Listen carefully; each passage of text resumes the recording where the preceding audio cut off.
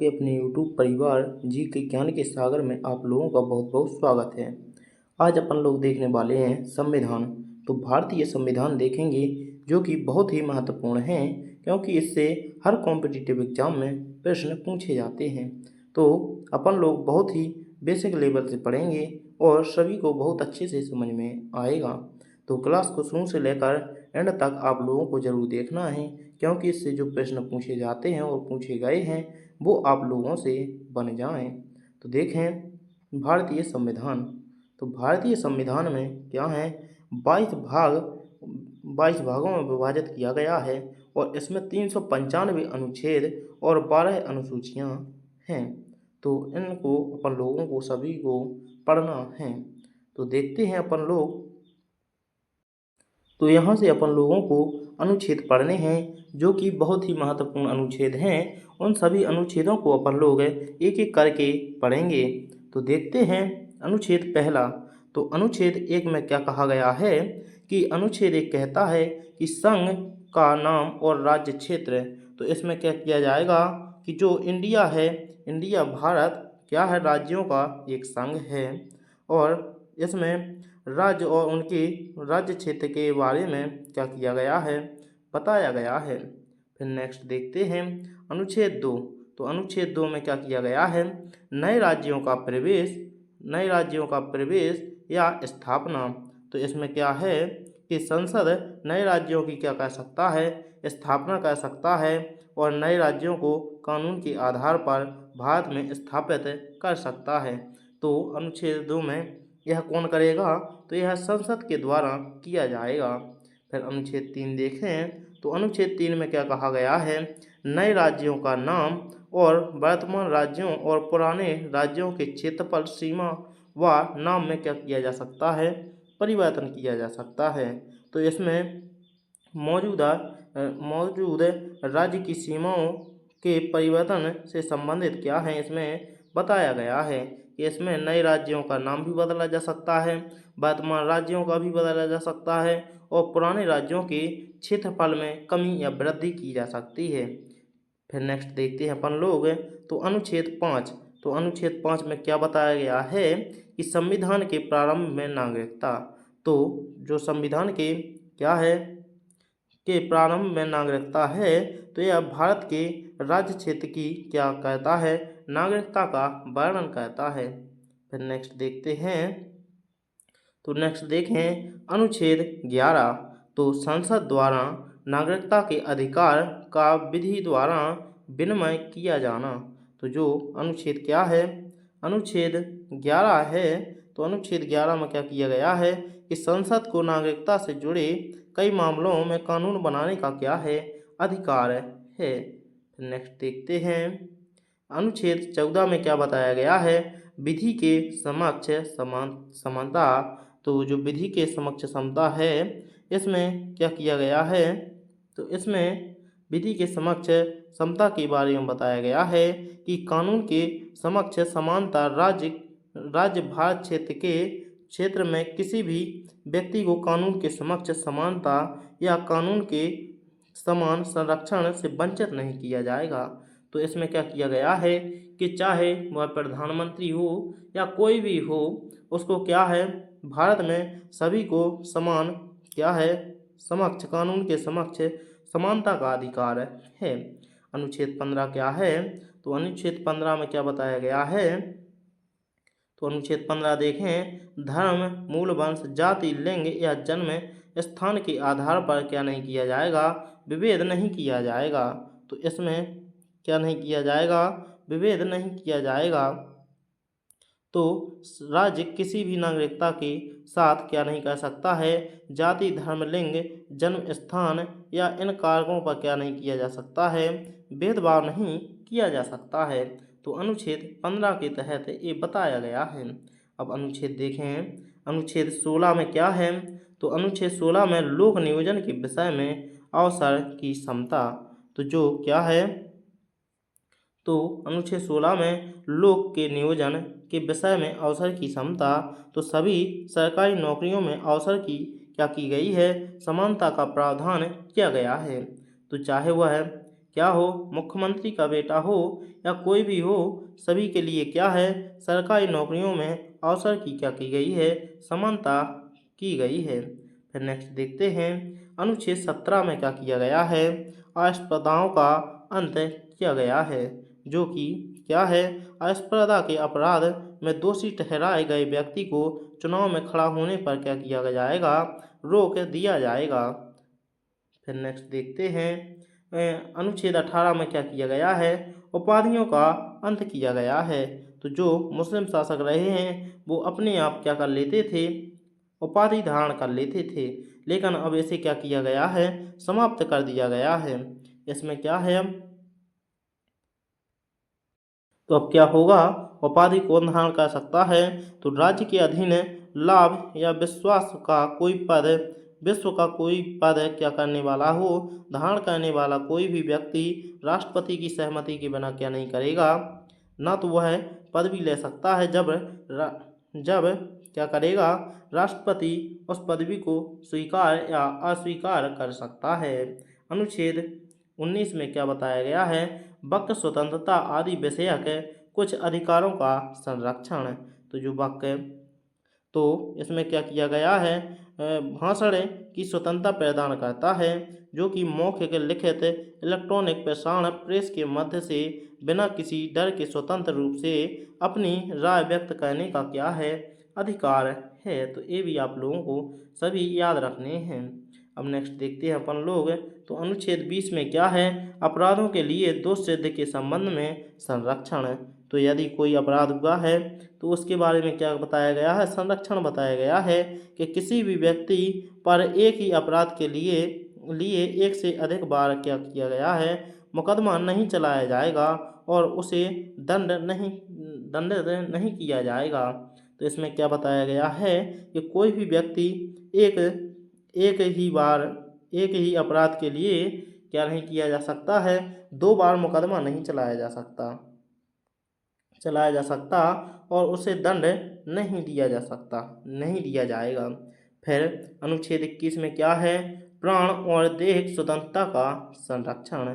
तो जो प्राण और देहिक स्वतंत्रता का संरक्षण, तो यह गारंटी देता है कि किसी अपराध के आरोपी प्रत्येक व्यक्ति को निष्पक्ष सुनवाई का अधिकार होगा, कि वह उसे क्या किया जाएगा, प्राण और दैहिक स्वतंत्रता का संरक्षण क्या कहता है कि उसे निष्पक्ष सुनवाई का क्या है, अधिकार है। कानूनी प्रतिनिधित्व का अधिकार, सुनवाई का भी अधिकार है। आप डायरेक्ट कह सकते हैं, सुनवाई कर सकते हैं और क्या है, अपने सबूत इकट्ठे कर सकते हैं। इसका भी क्या है, इसमें अनुच्छेद 21 में क्या किया गया है, वर्णन किया गया, इसका अधिकार दिया गया है। अब अनुच्छेद 21 का में क्या है, प्रारंभिक शिक्षा का अधिकार। तो इसमें क्या है कि 6 वर्ष से 14 वर्ष की आयु वाले सभी बालकों के लिए निःशुल्क और अनिवार्य शिक्षा देने का क्या की गई है, रीति दी गई है, जो राज्य विधि द्वारा अवधारित करे उपबंध करेगा। तो इसकी जिम्मेदारी किसकी है, तो इसकी जिम्मेदारी राज्य विधि द्वारा अवधारित करेगा। फिर नेक्स्ट देखें तो अनुच्छेद 24 में क्या है, कारखानों में बाल श्रमिक आदि का निषेध है। तो जो अनुच्छेद क्या है, अनुच्छेद 24 में क्या कहा गया है कि किसी भी कारखाने, खदान या खतरनाक व्यवसाय में 14 वर्ष से कम आयु के बच्चों को क्या नहीं किया जाएगा, काम पर रखने पर रोक लगाई गई है। ये अनुच्छेद किस में बताया गया है, 24 में बताया गया है। अब अनुच्छेद देखें, अनुच्छेद 32 में संवैधानिक उपचार का अधिकार।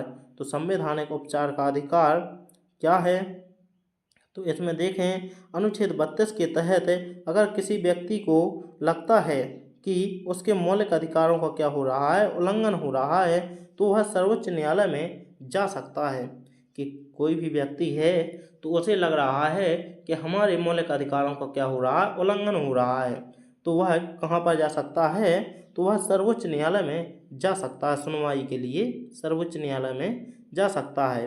अनुच्छेद 36 में क्या कहा गया है कि राज्य के नीति निर्देशक तत्व की परिभाषा दी गई है। तो अनुच्छेद 32 में क्या कहा गया है कि राज्य के नीति निर्देशक तत्व की परिभाषा दी गई है। तो इसमें राज्य के नीति निर्देशक तत्वों की परिभाषा का हिस्सा बनाया गया है। जैसे यह है कि निर्देश सिद्धांत का पालन करने के राज्य क्या है।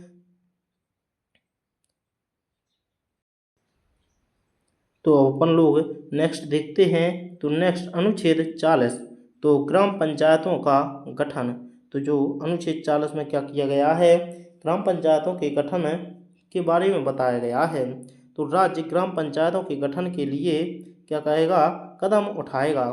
तो कौन उठाएगा, राज्य। और राज्य ग्राम पंचायतों को ऐसी शक्तियां और अधिकार देगा जिससे वे स्वशासन की इकाइयों के रूप में काम कर सकें। तो इसमें क्या होगा, राज्य ग्राम पंचायतों का क्या करेगा, गठन करेगा। अनुच्छेद 44 में क्या बताया गया है कि नागरिकों के लिए एक समान नागरिकता संहिता। तो सभी को क्या है, एक समान नागरिकता है कि देश के सभी नागरिकों के लिए एक ही कानून लागू होता है, चाहे वो किसी भी धर्म जाति के हों। समान नागरिकता संहिता से जुड़े जैसे देखें कि विवाह, तलाक, उत्तराधिकार, गोद लेना, भरण पोषण जैसे मामलों में महिलाओं को समान अधिकार और दर्जा मिलेगा। तो इसके बारे में क्या बताया गया है, अनुच्छेद 44 में बताया गया है। अब देखते हैं अनुच्छेद 45 में क्या बताया गया है कि बालकों के लिए निःशुल्क और अनिवार्य शिक्षा का क्या किया गया है, उपबंध किया गया है। इसमें प्रारंभिक 10 वर्ष की अवधि के भीतर सभी बालकों को 14 वर्ष की आयु पूरी करने तक क्या की जाएगी, निःशुल्क शिक्षा प्रदान की जाएगी। तो ये अनुच्छेद कितने में बताया गया है, अनुच्छेद 45 में बताया गया है। अब अनुच्छेद 48 का में देखते हैं। तो पर्यावरण का संरक्षण व संवर्धन और वन तथा वन्य जीवों की रक्षा के बारे में बताया गया है। तो ये भी आप लोगों को याद रखना है कि क्या किया गया है, राज्य पर्यावरण की रक्षा और सुधार करने तथा देश के वनों और वन्य जीवों की रक्षा करने का प्रयास करेगा।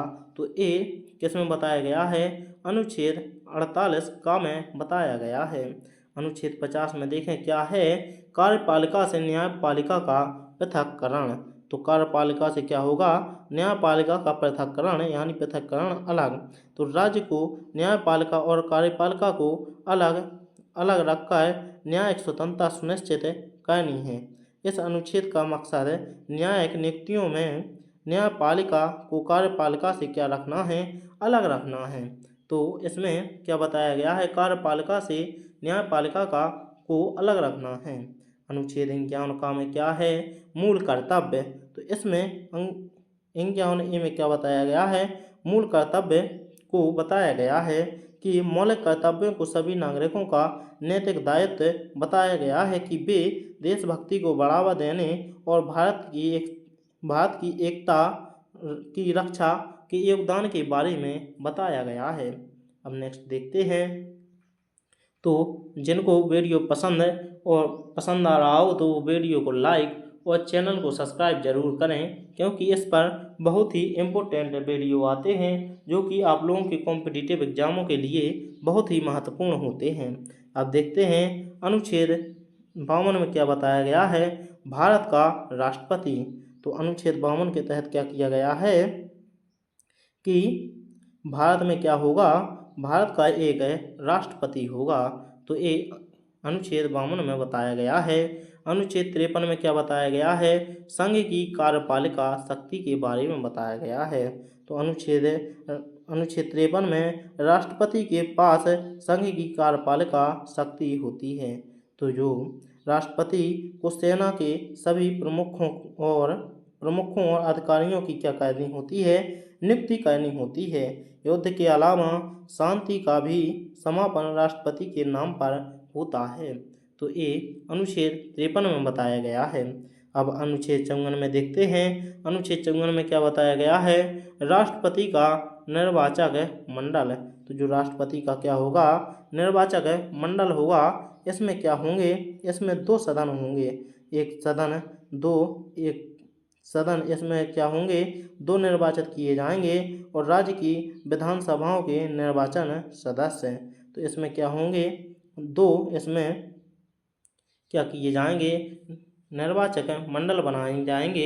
एक कौन होता है, लोकसभा और एक राज्यसभा। तो इसमें 2 सदन बनाए जाते हैं। फिर अनुच्छेद 60 में क्या बताया गया है कि इसमें राष्ट्रपति द्वारा शपथ या प्रतिज्ञान। तो इसमें राष्ट्रपति की शपथ या प्रतिज्ञान को बताया गया है कि इसमें राष्ट्रपति अपना पद ग्रहण करने से पहले शपथ लेने या प्रतिज्ञान करने का प्रावधान है। अब नेक्स्ट देखते हैं अपन लोग। तो नेक्स्ट देखते हैं अनुच्छेद 61 में क्या है, राष्ट्रपति पर महाभियोग चलाने की प्रक्रिया। तो इसमें राष्ट्रपति पर क्या चलाया जाएगा, महाभियोग चलाने की प्रक्रिया के बारे में बताया गया है कि संसद किसी भी सदन द्वारा राष्ट्रपति के खिलाफ आरोप लगाए जा सकते हैं। कि क्या होगा इसमें, कि संसद किसी भी सदन द्वारा राष्ट्रपति के खिलाफ आरोप लगाए जा सकते हैं। फिर नेक्स्ट देखते हैं अनुच्छेद 63 में क्या है, भारत का उप राष्ट्रपति। तो भारत का जो उपराष्ट्रपति है इसके बारे में क्या बताया गया है, अनुच्छेद 63 में बताया गया है कि भारत का एक क्या होगा, एक उपराष्ट्रपति होगा और भारत का एक राष्ट्रपति होगा। फिर नेक्स्ट देखते हैं अनुच्छेद 72 में क्या बताया गया है कि राष्ट्रपति को क्षमादान की शक्ति। तो राष्ट्रपति को क्षमादान की शक्ति के बारे में बताया गया है कि राष्ट्रपति सरकार से अलग होकर क्षमादान की शक्ति का इस्तेमाल नहीं कर सकते हैं। तो इसमें क्या बताया गया है कि जो राष्ट्रपति हैं इस सरकार से अलग होकर क्षमादान की शक्ति इस्तेमाल नहीं कर सकते हैं। जब तक क्या हैं, ये सरकार में हैं, जब तक ये क्षमादान की शक्ति का क्या कर सकते हैं, क्षमादान की शक्ति का पालन कर सकते हैं। फिर नेक्स्ट देखते हैं अनुच्छेद 74 में क्या है, मंत्री परिषद। तो अनुच्छेद 74 में क्या बताया गया है, मंत्री परिषद के बारे में बताया गया है कि राष्ट्रपति को सहायता और सलाह देने के लिए मंत्री परिषद के गठन का इसमें प्रावधान किया गया है। तो ये किसके लिए, तो राष्ट्रपति की सहायता के लिए क्या किया गया है, मंत्री परिषद का गठन का प्रावधान बताया गया है। अनुच्छेद 76 में क्या है, तो भारत का महान्यायवादी। तो जो अनुच्छेद कितना है, 76 में क्या है, भारत का न्यायवादी। तो राष्ट्रपति किसी ऐसे व्यक्ति को भारत का न्यायवादी नियुक्त करेगा जो सर्वोच्च न्यायालय का न्यायाधीश नियुक्त होने के लिए अर्हत हो। जो कि क्या हो, न्यायाधीश नियुक्त होने के लिए क्या हो, योग्य हो। फिर नेक्स्ट देखते हैं अपन लोग। तो नेक्स्ट कौन है, तो नेक्स्ट है 79।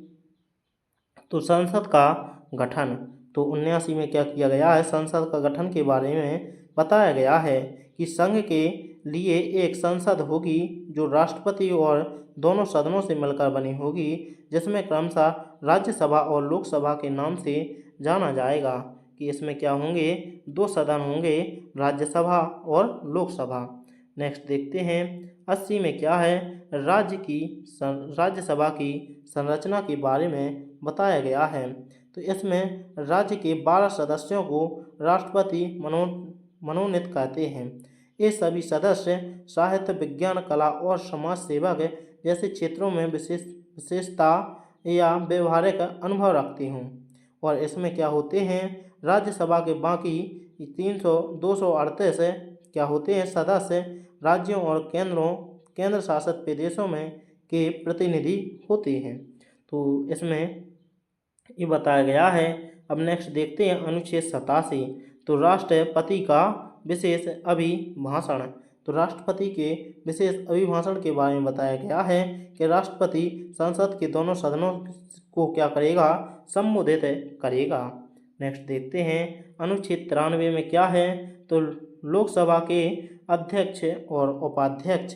तो अनुच्छेद 53 में लोकसभा यथाशीघ्र अपने 2 सदस्यों को क्रमशः क्या करेगा, अपना एक अध्यक्ष और दूसरा के चुनेगा, उपाध्यक्ष चुनेगा। और जब कभी अध्यक्ष या उपाध्यक्ष का पद रिक्त हो जाए तब सदन किसी अन्य सदस्य को यथास्थापित यानी अध्यक्ष या उपाध्यक्ष चुनेगा। फिर नेक्स्ट देखते हैं अपन लोग, तो 108 अनुच्छेद 108 में क्या है, कुछ दशाओं में दोनों सदनों की संयुक्त बैठक है। तो कुछ दशाओं में क्या होगी, तो इसमें होगी कुछ दशाओं में दोनों सदनों की इसमें बैठक होगी। इस संसद के दोनों सदनों की क्या होगी, संयुक्त बैठक बुलाई जाएगी।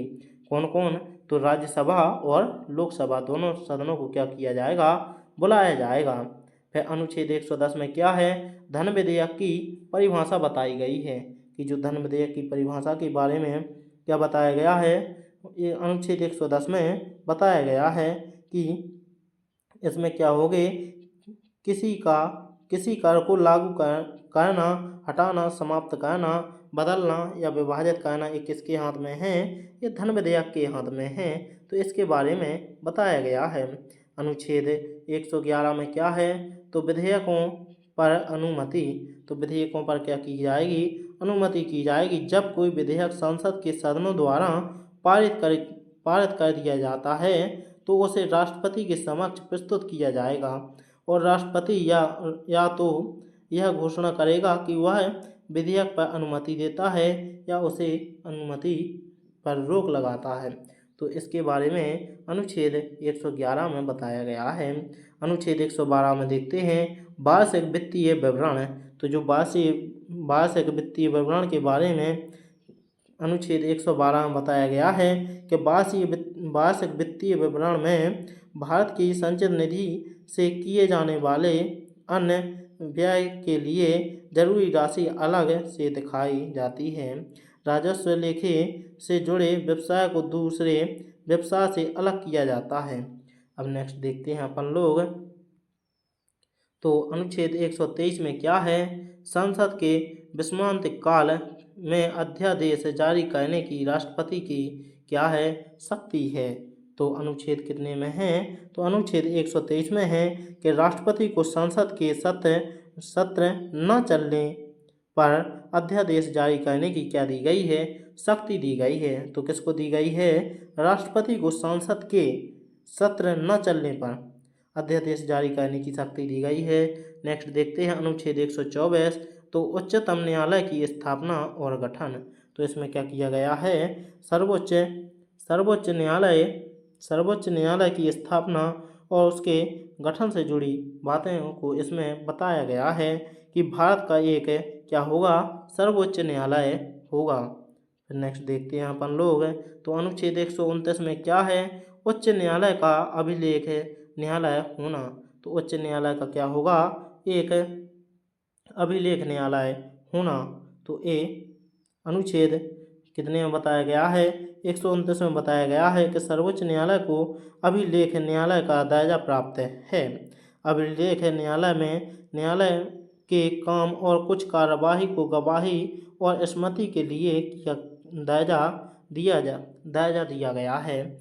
अब नेक्स्ट देखते हैं अपन लोग 137, तो न्यायिक पुनर्विलोकन। तो न्यायिक पुनर्विलोकन में क्या है, तो सर्वोच्च न्यायालय को अपने द्वारा सुनाए गए किसी निर्णय या दिए गए आदेश पर क्या की जाएगी, पुनर्निरीक्षण करने की शक्ति होगी। यदि कोई क्या किया गया है, निर्णय लिया गया है और उसमें क्या किया जाएगा, फिर यदि कुछ मिस्टेक हो गई तो उसको सुधारने की भी शक्ति दी गई है।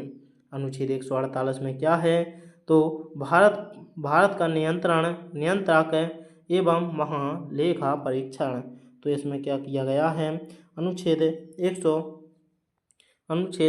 क्या किया गया है, 48 में बताया गया है कि भारत का नियंत्रक या एवं महालेखक परीक्षण के बारे में बताया गया है। अनुच्छेद 153 में क्या है, राज्यों का राज्यपाल। तो राज्यों के राज्यपाल, हर राज्य में क्या होगा, हर राज्य के लिए एक राज्यपाल होगा। तो अनुच्छेद 153 में बताया गया है। अब नेक्स्ट देखते हैं अनुच्छेद 154 में राज्य की कार्यपालक शक्ति राज्य में निहित होगी। तो जो राज्य की कार्यपालक शक्ति है राज्य में क्या होगी, निहित होगी।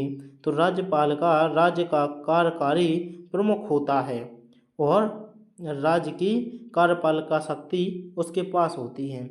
अब नेक्स्ट देखते हैं अपन लोग, तो 163 में क्या है अनुच्छेद है, तो राज्य को सहायता और सलाह देने के लिए मंत्रिपरिषद का क्या किया जाएगा, गठन किया जाएगा।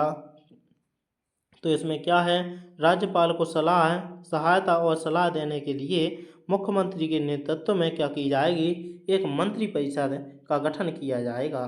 अब नेक्स्ट देखते हैं अपन लोग,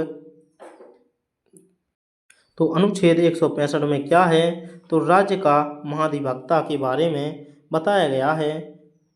तो अनुच्छेद 165 में राज्य का क्या होगा, एक महाधिवक्ता का वर्णन किया गया है। नेक्स्ट देखते हैं अपन लोग, तो अनुच्छेद 168 में राज्यों के विधानमंडलों का गठन। तो अनुच्छेद 168 में क्या किया गया है कि राज्यों के विधानमंडलों का गठन, कि प्रत्येक राज्य में एक विधायिका होनी चाहिए, जिसमें शामिल क्या होगा, राज्यपाल शामिल होगा। नेक्स्ट देखते हैं, अनुच्छेद 169 में क्या है, तो राज्यों में विधान परिषदों का उत्साधन या सृजन। तो अनुच्छेद कितने में, 169 में क्या बताया गया है कि राज्यों में विधानसभा के अतिरिक्त एक विधान परिषद भी हो सकती है, जिस प्रकार संसद में दो सदन होते हैं। फिर नेक्स्ट देखते हैं, अपन को नेक्स्ट देखने हैं अनुच्छेद 176 में राज्यपाल का विशेष अभिभाषण।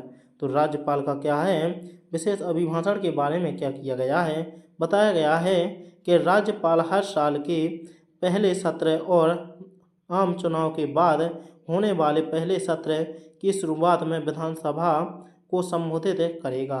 तो कौन संबोधित करेगा, तो राज्यपाल संबोधित करेगा। अपन लोग नेक्स्ट देखते हैं, तो अनुच्छेद 200 में क्या है, तो विधेयकों पर अनुमति। तो विधेयकों पर अनुमति कौन देगा, तो विधेयकों पर अनुमति की शक्ति किसे दी गई है, तो राज्यपाल को दी गई है कि उसे मना भी कर सकता है और क्या दे सकता है, अनुमति दे भी सकता है। तो इसके बारे में किसको शक्ति दी गई है, तो राज्यपाल को शक्ति दी गई है। नेक्स्ट देखते हैं, अनुच्छेद 202 में क्या है, वार्षिक वित्तीय विवरण। तो वार्षिक वित्तीय विवरण हर साल हर राज्यपाल को सहमति रोकने के अपने कारणों के बारे में इसमें क्या होगा कि 1 अप्रैल से 31 मार्च तक क्या होगा, राज्य सरकार की अनुमानित प्राप्तियों और व्यवसाय का विवरण विधानसभा में प्रस्तुत किया जाएगा। तो कहाँ पर प्रस्तुत किया जाएगा, विधानसभा में प्रस्तुत किया जाएगा। अनुच्छेद 213 में क्या है, विधानमंडल के विश्रांत काल में अध्यादेश जारी करने की शक्ति राज्यपाल को क्या है, अध्यादेश जारी करने की शक्ति के बारे में अनुच्छेद कितने में बताया गया है, 213 में बताया गया है कि राज्यपाल को विधानसभा या विधान परिषद के किसी भी सदन के सत्र में न होने पर अध्यादेश जारी करने का अधिकार दिया गया है। अनुच्छेद 214 में क्या है, राज्यों के लिए उच्च न्यायालय। तो राज्यों के लिए क्या होगा, एक उच्च न्यायालय बनाया जाएगा। नेक्स्ट देखें, तो नेक्स्ट देखते हैं 226 में क्या है कि कुछ रिट निकालने की उच्च न्यायालय की शक्ति। तो क्या है कि अनुच्छेद 226 में उच्च न्यायालय को संविधान के भाग 3 के तहत दिए गए मौलिक अधिकारों के प्रवर्तन और संरक्षण के लिए रीट जारी करने की क्या की गई है, शक्ति दी गई है। नेक्स्ट देखते हैं, अनुच्छेद 233 में क्या है, जिला न्यायाधीशों की नियुक्ति। तो जो जिला का क्या होता है, कलेक्टर होता है, उसके लिए क्या की गई है, 233 में इसके बारे में बताया गया है। नेक्स्ट देखते हैं, अनुच्छेद 235 में क्या है, अधीनस्थ न्यायालयों पर नियंत्रण। तो अधीनस्थ न्यायालयों पर क्या है, नियंत्रण है जैसे जिला न्यायालय और उसके अधीनस्थ न्यायालयों पर क्या की जाएगी, नियंत्रण उच्च न्यायालय के पास होता है। फिर नेक्स्ट देखते हैं, अनुच्छेद 239 में संघ राज्य क्षेत्र का प्रशासन। तो संघ क्या किया जाएगा कि राज्य सरकार और केंद्र सरकार के बीच विशेष उपयोगी समझौते की क्या दी जाएगी, अनुमति दी जाएगी। फिर नेक्स्ट देखते हैं अपन लोग, तो नेक्स्ट अनुच्छेद 243 का में क्या है कि पंचायतों से जुड़ी क्या की गई हैं, इस पर बातें की गई हैं कि ग्राम सभा क्या होगी, इससे अनुच्छेद 243 का के तहत होगी कि पंचायतों के चुनाव से जुड़ी सभी जिम्मेदारी राज्य चुनाव आयोग पर होगी। तो किस पर होगी? जो भी पंचायत में चुनाव होगी उसकी सभी जिम्मेदारी किस पर होगी? तो यह चुनाव आयोग राज्य के चुनाव आयोग पर होगी। फिर नेक्स्ट देखते हैं अनुच्छेद 243 खा में क्या की गई है? पंचायतों का गठन। तो पंचायतों के गठन के बारे में हर राज्य में ग्राम, मध्यवर्ती और जिला स्तर पर क्या बनाई जाएंगी? पंचायतें बनाई जाएंगी। इसके बारे में अनुच्छेद 243 खा में बताया गया है। अनुच्छेद 243 था में नगर पालिकाओं का गठन के बारे में किस में बताया गया है? तो अनुच्छेद 243 था में बताया गया है। अब अनुच्छेद 243 जहाँ में क्या बताया गया है? राज्य वित्तीय आयोग के बारे में बताया गया है। तो अनुच्छेद 200 कितने में बताया गया है? अनुच्छेद 243 जहाँ में राज्य वित्तीय आयोग के बारे में बताया गया है। अब नेक्स्ट देखते हैं 249 में क्या है? तो राज्य सूची के विषय के संबंध में राष्ट्रीय हित में विधि बनाने की संसद की शक्ति के बारे में बताया गया है। तो अनुच्छेद कितने में बताया गया है? 249 में बताया गया है। नेक्स्ट देखते हैं तो 263 में क्या है? अंतर्राज्यीय नदियों या नदी दूनों के जल संबंधी विवादों का निर्णय तो इसमें कौन करेगा? तो इसमें जो अंतर्राज्यीय नदियां हैं या नदी दूनों के जल संबंधी क्या होते हैं? विवादों पर निर्णय करेगा। फिर नेक्स्ट देखते हैं अनुच्छेद 263 में क्या है? अंतर्राज्यीय परिषद के संबंध में उपबंध है।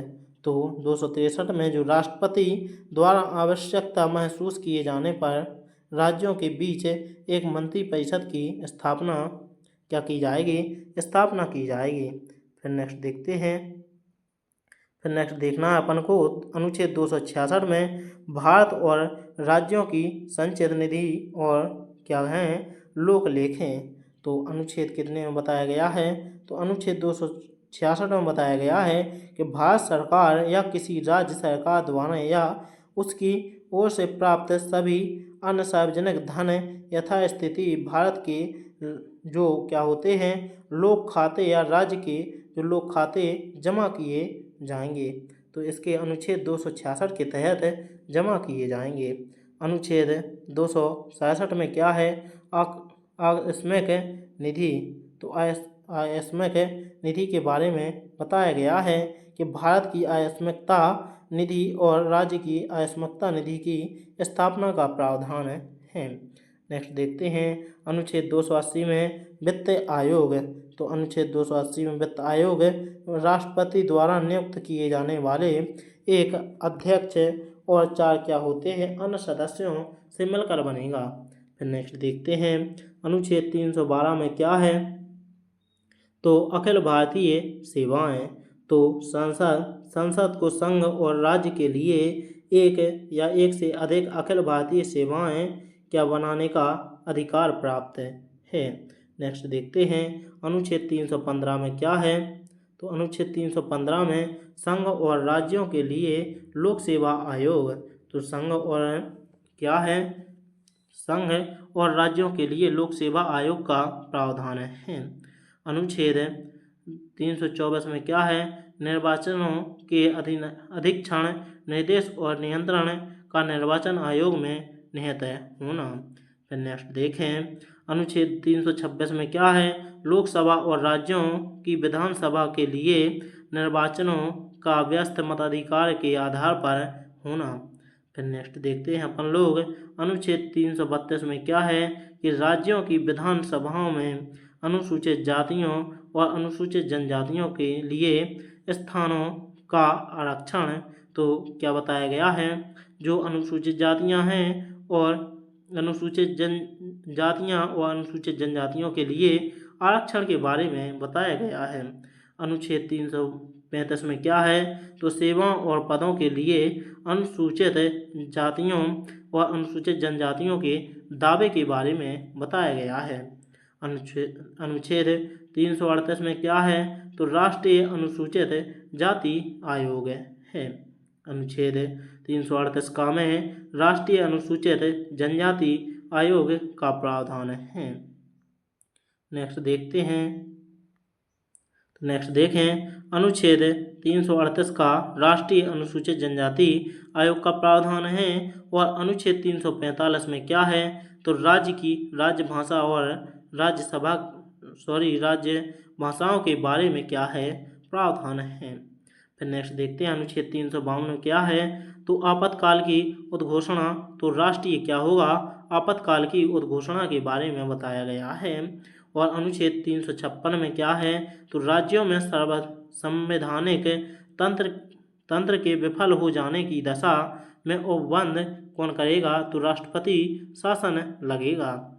फिर देखते हैं अनुच्छेद 360 में वित्तीय आपातकाल की घोषणा, तो इसमें क्या किया गई है, वित्तीय आपातकाल की घोषणा के बारे में अनुच्छेद 360 में बताया गया है। अनुच्छेद 362 में क्या है, तो संविधान का संशोधन करने की संसद की शक्ति और उसकी प्रक्रिया के बारे में बताया गया है कि जो क्या है, संविधान का संशोधन करने की संसद को शक्ति दे दी गई है।